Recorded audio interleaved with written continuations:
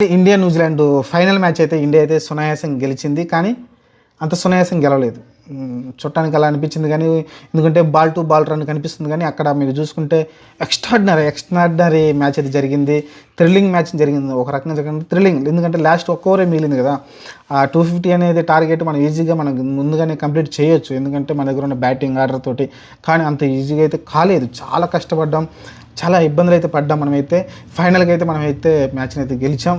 ICC champions trophy 2025 వరుసగా మన T20 world cup గెలవడం కావచ్చు. 2024లో, దాని ముందు 23లో మనం వరల్డ్ కప్ ఓడిపోయాం. అన్ఫార్చునేట్లీ ఇదే వన్డే వరల్డ్ కప్ ఓడిపోవడం చూసాం. సరే, ఇక్కడైతే మనమైతే మళ్ళీ మ్యాచ్ని అయితే గెలిచాం ఫైనల్గా అయితే. యాక్చువల్గా దీన్ని హోస్ట్ చేస్తుంది పాకిస్తాన్, మనందరూ తెలిసిందే. వాళ్ళైతే స్టార్టింగ్ లీగ్లోనే వాళ్ళు ఇంటికి వెళ్ళిపోవడం చూసాం. సరే, న్యూజిలాండ్ అయితే మన గ్రూప్లో ఉన్న న్యూజిలాండ్ మనకైతే ప్రతినిధిగా నిలిచింది. వాళ్ళ గ్రూప్ లీగ్ రేస్లోనే మనమైతే ఓడించాం ఒకసారి. అక్కడ కొంచెం సునాయాసం గెలిచినప్పటికీ ఇక్కడ ఫైనల్ మ్యాచ్ అంత ఈజీ కాలేదు. మీరు చూసుకుంటే టర్నింగ్ పాయింట్లు ఈ మ్యాచ్లో చూసుకుంటే మీరు టర్నింగ్ పాయింట్లు వచ్చేసి స్టార్టింగ్లో వికెట్ పడలేదు. వరుణ్ చక్రవర్తి ఎప్పుడైతే యంగ్ వికెట్ తీశాడో ఆ తర్వాత స్టార్ట్ అయింది. ఆ తర్వాత చూసుకుంటే మీరు విలియమ్సన్ కావచ్చు, రచిన్ రవిచంద్ర వీళ్ళిద్దరు వికెట్లు అయితే కుల్దీప్ అయితే ఎక్స్ట్రాడినరీ బాల్ తోటి అయితే అవుట్ చేయడం చూసామండి. ఇక్కడే టర్నింగ్ అయిపోయింది మ్యాచ్ అయితే. ఇక్కడే టర్న్ అయిపోయింది. ఏదైతే మన కుల్దీప్ యాదవ్ అండర్ పర్ఫామ్ కనిపిస్తుందో ఈ టోర్నమెంట్లో, ఇక్కడైతే ఎక్స్ట్రాడినరీ బౌలింగ్ తోటి అయితే మంచి ఒక వికెట్లు తీసుకోవడం చూసాం. వరుణ్ చక్రవర్తి కూడా వచ్చినప్పుడల్లా చాలా ఈజీగానే, చాలా పరుగులేమి ఇవ్వలేదు. చాలా కష్టపడ్డారు వాళ్ళైతే, చాలా కష్టపడ్డారు. మీరు చూసుకుంటే డారెన్ మిచెల్ అయితే దాదాపు స్కోర్ చేయడానికి చాలా ఇబ్బంది పడ్డారు. ఎందుకంటే అతను చేసింది చాలా 60-64 ఎంత ఉందనుకుంటాను. అది చూసుకుంటే దాదాపు అయితే చూసుకుంటే 100 బాల్ పైన ఆడడం చూసాం. అంత స్లో స్ట్రైక్ రేట్, దాదాపు 58 స్ట్రైక్ రేట్తో ఆడే చూసారు. అసలు వన్డేలు ఇదంటే అసలు ఎవరు ఒప్పుకొని అవసరం లేదు. ఎందుకంటే 100 స్ట్రైక్ రేట్తో ఆడాల్సి ఉంటుంది వన్డేల్లో. T20లో చూసుకుంటే మీకు 120, 130, 150 దానిపైన ఎంతైనా బెనిఫిట్ ఉంటుంది. కానీ ఇక్కడ చూస్తే డారెన్ మిచెల్ ఆడిన ఇన్నింగ్స్ ఏదైతే ఉందో చాలా క్రూషియల్ అనిపించింది. మీరు చూసుకుంటే ఇంకా మ్యాచ్లో చాలా క్రూషియల్ పార్ట్ ఇంకోటి ఉందండి. ఫిలిప్స్ అగ్రెసివ్గా వెళ్ళారు అనుకుంటే మీకు చూసిన బ్రాజిల్ చాలా అగ్రెసివ్గా వెళ్ళడం చూసాం. బౌలింగ్తోనూ బ్యాటింగ్తోనూ ఎక్స్ట్రాడినరీ పర్ఫార్మెన్స్ అతని నుంచి రావడం చూసాం. దాంతోపాటు మీరు చూసుకుంటే ఫిలిప్స్ క్యాచ్ కావచ్చు, సుమన్ గిల్ క్యాచ్ కావచ్చు, వరుసగా సౌత్ ఆఫ్రికా ఎప్పుడు మనం సర్ప్రైజ్ చేస్తూనే వచ్చింది. కానీ ఇండియా అయితే ఓవరాల్గా అన్నిట్లో మీరు చూసుకుంటే బౌలింగ్ చూసుకుంటే మీరు వరుణ్ చక్రవర్తి కావచ్చు, కుల్దీప్ యాదవ్ కావచ్చు, లేకుంటే మీరు అక్షర్ పటేల్, జడేజా. అక్షర్ పటేల్కి అంత బౌలింగ్ రాలేదు, ఎందుకంటే అంత ఛాన్స్ రాలేదు. అయినప్పటికీ అంత ఇంపార్టెన్స్ కనిపించలేదు అక్షర్ పటేల్ ఈ ఇన్నింగ్స్లో. పెద్దగా బౌలింగ్ ప్రదర్శన అయితే ఎక్కువ రాలేదు.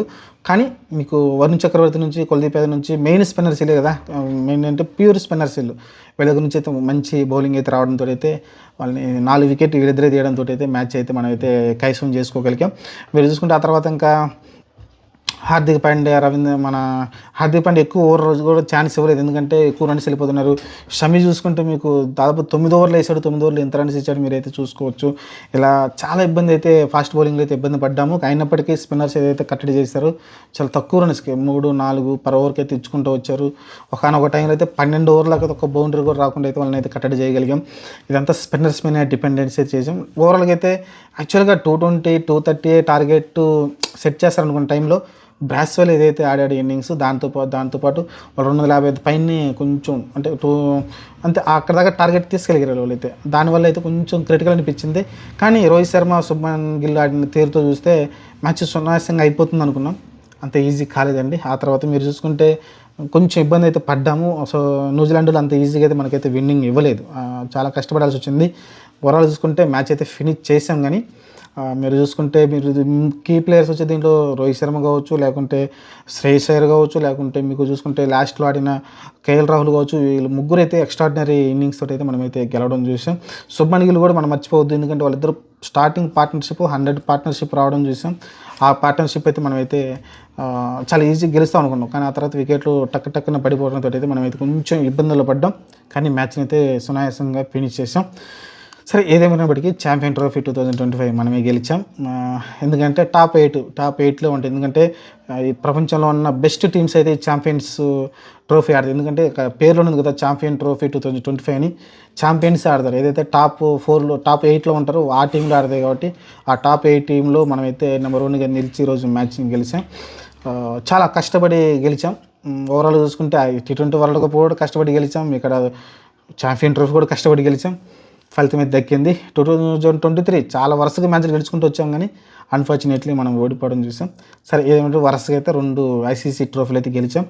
చూద్దాం, ఆల్ ది బెస్ట్ టీమిండియా. చాలా ఇంకా ముందుకెళ్ళాలని కోరుకుందాం. ఇంకా యంగ్ టీం, ఇప్పుడు రోహిత్ శర్మ, విరాట్ కోహ్లీ ఆల్మోస్ట్, మన జడేజా అందరూ ఆల్మోస్ట్ అయిపోతుంది వాళ్ళ టైం అయితే. చూద్దాం ఫ్యూచర్లో వీళ్ళు ఇంకా ఎంతవరకు ఆడతారో చూడాలి. నెక్స్ట్ వరల్డ్ కప్ వరకు ఆడితే బాగుండు అనిపిస్తుంది. వన్డే వరల్డ్ కప్ ఏదైతే ఉందో వన్డేది, అంతవరకు ఆడితే బాగుండు అనిపిస్తుంది. కొంతమంది రిటైర్మెంట్ అంటున్నారు, చూద్దాం ఏం జరగబోద్దో. ప్రస్తుతానికైతే చాలా ఉద్వేగం, ఎందుకంటే వరుసగా 2 ఐసీసీలు గెలిచాం. 23 ఏదైతే ఉందో అది ప్రతీకారం తీర్చుకున్నాం. కానీ ఆస్ట్రేలియా ఫైనల్కి రాలేదు కదా, సెమీఫైనల్ వాళ్ళని ఓడించి ఫైనల్కి వచ్చాం.